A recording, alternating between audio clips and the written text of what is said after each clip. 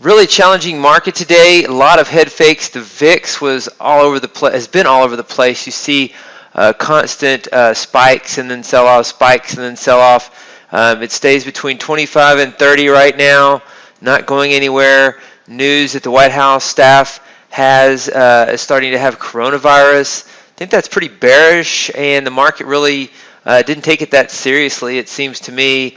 And so, the NASDAQ in the after hours is kind of flattening down and selling off towards its lows. But the S&P and Dow didn't really seem to mind. The advanced decline line went straight up all day after being down.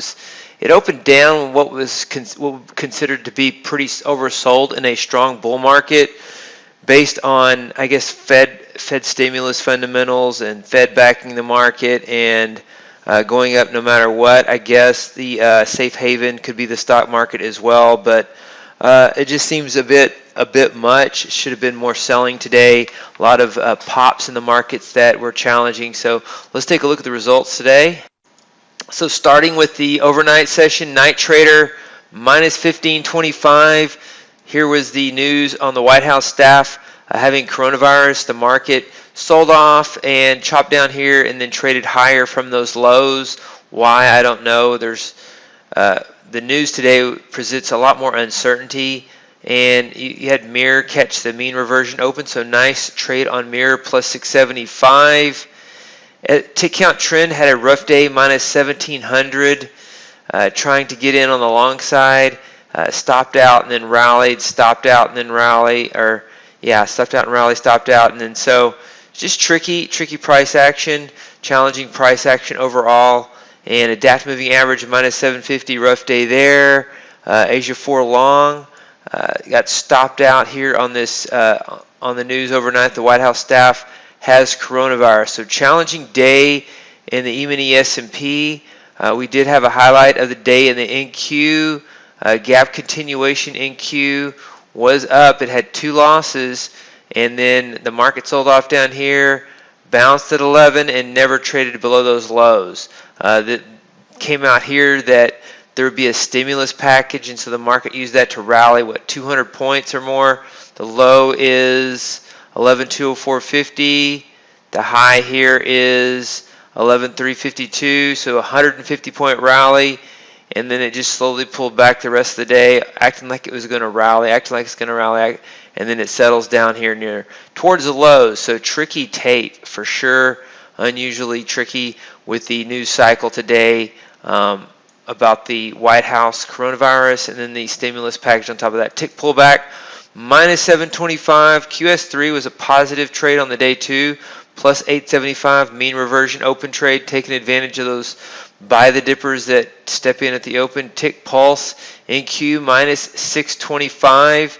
Gap continuation 2020 lost on the day, minus 325. It was up plus 2,000. Just a wicked reversal. We had a wicked reversal at the highs at 11.5 area on Wednesday, and we'll go over the daily charts in a minute, or the charts in a minute. We can see a further more history right here. Intraday we were hitting equity peaks in some of the portfolios intraday right here on Wednesday. Then the market slammed pretty hard, then gapped up overnight, now gap down, rally down, and then bounce around here at the low. So since Wednesday afternoon, this has just been a vicious, choppy, challenging market.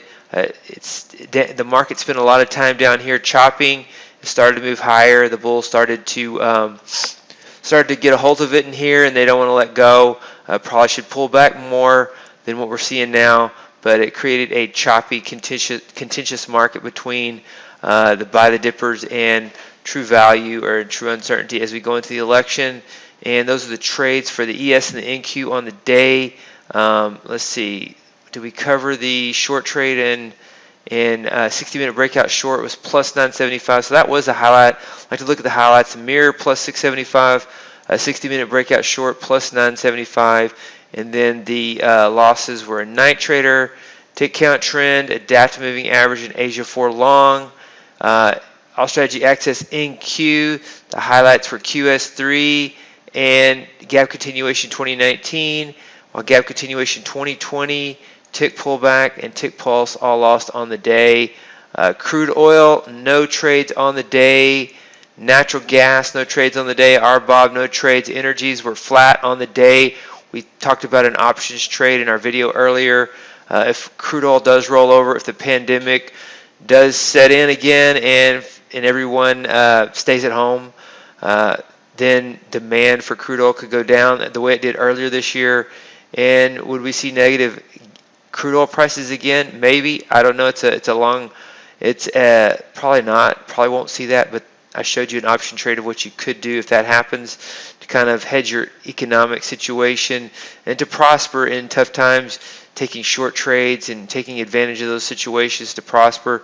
Plus 350, grains day trader 3, all strategy access euro, minus 150 gold.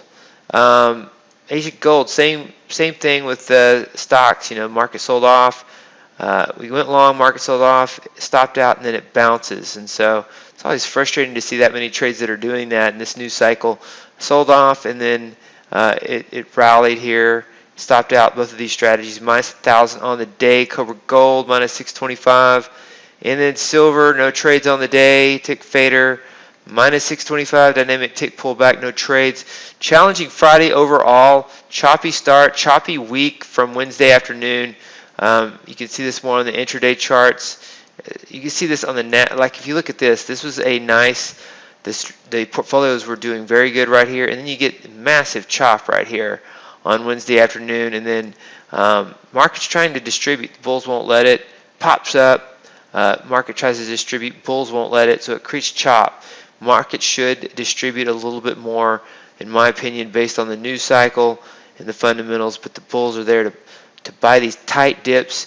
It would serve them better, in my opinion, if they would wait to buy those dips a little deeper. They'd have a better opportunity to get in at a lower price. So that is what's causing all the chops, the desire for anxious buy the dippers to just buy in on tight dips instead of letting the market distribute as much as it normally has in the past. So those are the trades on the day for October the 2nd, 2020.